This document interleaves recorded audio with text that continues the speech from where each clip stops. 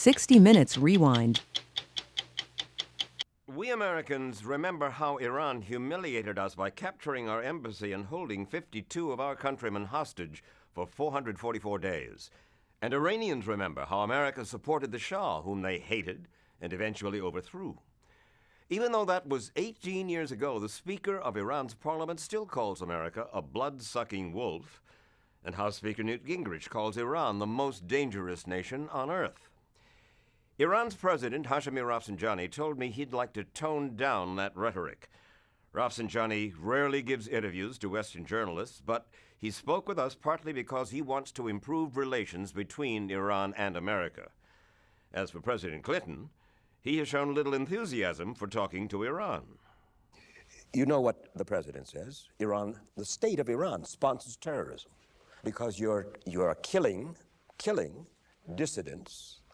You've killed them in Germany, in France, in Iraq, in Turkey. These are all claims. Many of them are not true. In some cases, they have been distorted. Well, shall I leave with you this list of people who have been either killed, assassinated, or seriously injured by your people, your so-called terrorists? Inside the United States, people who have been against the government, have they never been killed? What about those people in Waco who all burned to death? What about those 241 American Marines who were killed in Beirut 13 years ago, apparently by Hezbollah? Iran created Hezbollah and, with Syria, continues to finance and coordinate its activities against Israel. And a Western intelligence report says in the last year, Iran has sent 30 plane loads of weapons to Hezbollah. The president found that report somehow amusing. Humanitarian assistance is what those planes that you are talking about provide. Missiles, humanitarian assistance, rockets. You think those missiles launched there are not available in Lebanon? These are all Russian weapons, stocked in Lebanon from the old days. President Rafsanjani is Iran's most popular politician. He came up the hard way. He was imprisoned and tortured under the Shah. Now, at age 62, Rafsanjani is considered a moderate. But so far, hardline religious leaders have blocked his efforts to improve relations with the U.S., and President Clinton hasn't helped. He slapped a U.S. trade embargo on Iran. And the White House complains that Iran is doing all it can to scuttle the Mideast peace process. You get in the way of the peace process that is okayed by King Hussein of Jordan, that is okayed by Mubarak and Egypt, that has been okayed by many, many Palestinians. You are more Palestinian, sir, than the Palestinians. We have said we do not consider this peace a fair peace. And this peace process will not succeed because it has not addressed the issue of refugees. Who knows more about the right of the Palestinian, Hashemi Rafsanjani or Yasser Arafat? We are not alone. Many Palestinians speak like us. They also take action. We do not take any action. But the U.S. says Iranian money may have helped pay for these bombings of Israeli buses and markets that killed 61 civilians last year. Iran denies it. Rafsanjani condemns America's support of Israel in what he calls America's heavy-handed foreign policy, and most Iranians agree with him. We spoke with hikers up in the Elburz Mountains outside Tehran, where residents of the capital like to go on their day off. You know, what we feel about you, about the United States, that you want to control every country, every policy, every movement, everything. You really believe that? We really believe in that. For instance? For example, about Iraq. If Iraq wants to capture Kuwait, it's none of America's business. And she thought it was none of our business how Iranian women dress. But still, she explained the dress code which requires women to cover all but their faces with dark, loose-fitting clothes. Do you resent the fact that you have to wear No, I believe in it. You do? Why? Yeah, I do. I believe that all a woman's beauties are to be limited in for one's family. But off camera, several women told us that most of them do resent having to wear those clothes, but they were afraid to complain about anything on camera. We shouldn't talk anything about politics. We should know. But this is a free country. I mean, it's a free country. Okay. It's a free country for you. Iran is a tricky story for a television reporter because what you see may be less important than what you cannot see. Beyond the dress code, single people are not allowed to date. No one is allowed to drink alcohol.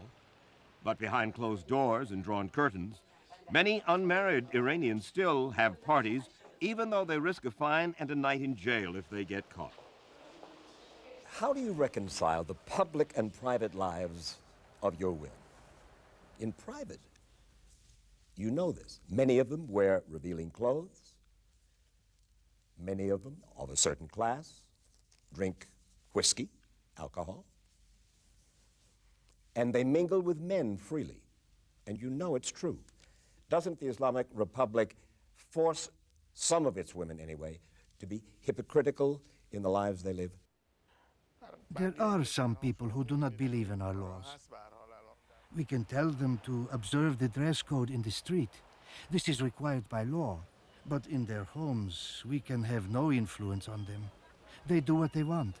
We know there are many people like this. The sexes are kept so separate that men get on the front of the bus, women get on in back. Still, life for women is getting better. Women have more chances in both education and employment. These students at the Foreign Language Institute hope to become interpreters. You find this young man attractive, or one standing over there. Would there be a problem going to the movies together? Well, just talking is okay, no problem, but nothing more. But in Iran, as in America, people care most about the economy. The capital, Tehran, looks better than ever. It's clean and prosperous, with new buildings sprouting up all over. America's trade embargo has had little effect because America's allies, France and Germany, are gobbling up contracts that would have gone to U.S. companies. So oil money keeps pouring in. Under the watchful gaze of the late Ayatollah Khomeini, who led the revolution against the Shah, the government has built highways and hospitals and schools in rural villages that never had them before. But in the cities, prices, especially food prices, are so high and wages so low that people often have to work a 2 or even 3 jobs just to make ends meet. In fact, many young people don't have enough money to get married. So more Iranians are resorting to what are called temporary marriages. They get a signed certificate from their local religious leader that declares them married for as little as 1 day, 1 week, 1 month. There are many people who need to satisfy their instincts on a temporary basis. For 1 day, or 1 week, or 1 month? Whatever the length of time. It sounds like legitimizing illicit sexual relations. No, there is an order to it. Psychologically, this is a legal act, not a forbidden act that everyone is afraid of. But there is still plenty of fear in Iran.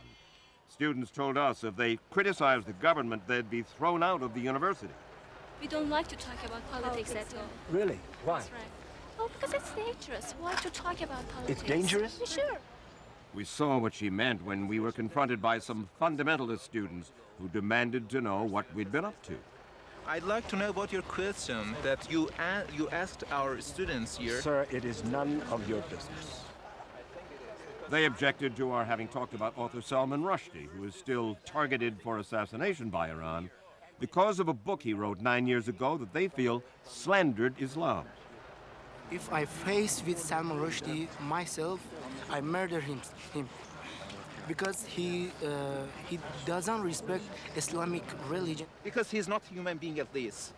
Because he was a person who destroyed our culture. It seems to me that your culture has survived Salman Rushdie.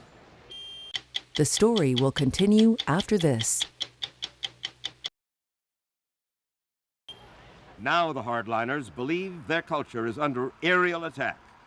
Government murals warn people not to be seduced by evil influences from private satellite dishes.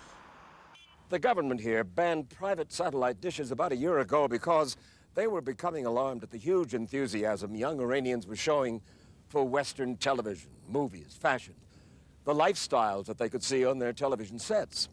So now Iranians are hiding their illegal satellite dishes outside, behind the bushes, or inside near a window. But the truth is, it will be simply impossible for the government to ban Western influences because they are literally falling from the sky. Do you know what Baywatch is? No, I haven't seen it. Young women, very small bathing suits. And there are people who have satellite dishes in Iran who charge their neighbors to go to their place because they still have a satellite dish to watch Baywatch. It might be so, but you must admit that these kinds of programs cause problems for young people. They weaken the foundation of a family, and they have created problems in the West. And the statistics of women without husbands and children without fathers in the West are terrible. Are you suggesting that perhaps we should have an Islamic Republic of the United States? No, I am saying that you should have good ethics. Do not allow perversion in the ethics of your young people. And Iran is awash in young people. More than half the population now is under 20 years of age. And President Rafsanjani fears they are the most susceptible to the lure of American television. Things like the Playboy channel or Hollywood films do not help the progress of your country and your people. How are you familiar with Playboy programs? Do you have a satellite dish, Mr. President? No, we hear these things. We read these things in reports. Many Iranians told us they admire America. At least 1/3 of President Rafsanjani's cabinet members were educated in the United States. But Rafsanjani says he cannot convince his colleagues to engage in talks with America unless the U.S. releases frozen Iranian assets. Billions of dollars Iran sent to America to buy weapons. The weapons sales stopped when the Shah was deposed, but the money remained in the U.S. Let's you and I play a game. We are not here to play games. I'm the United States, you're Iran. I give you the money. What do you do for me? Then we'll be ready to talk to one another. You serious? This would be a sign of goodwill. You may choose something else as evidence of goodwill. But for now, instead of talking to each other, Iran and America keep talking past each other. For example, U.S. officials say their biggest concern is Iran's program to build a nuclear bomb. Iran insists it only wants nuclear energy, not the bomb. What the Americans did in Hiroshima and Nagasaki has had everybody hate the idea of getting the bomb. You are not going after a nuclear bomb. Definitely not. You swear on Allah. Swearing is not needed. Those who swear are the ones who want to lie. We are not going after the nuclear bomb, or biological weapons, or chemical weapons. Absolutely not. Absolutely not.